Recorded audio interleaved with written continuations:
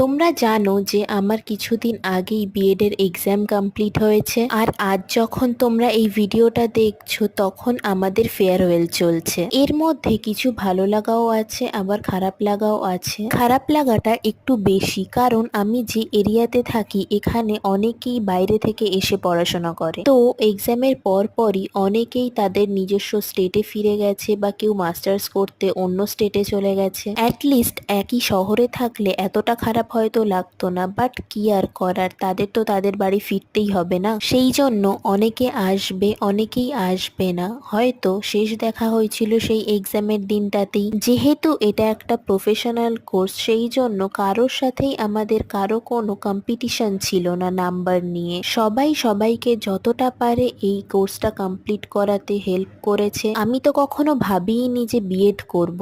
কিভাবে এই কোর্সটার সাথে জড়িয়ে গেলাম সেটা পরে কখনো বলবো।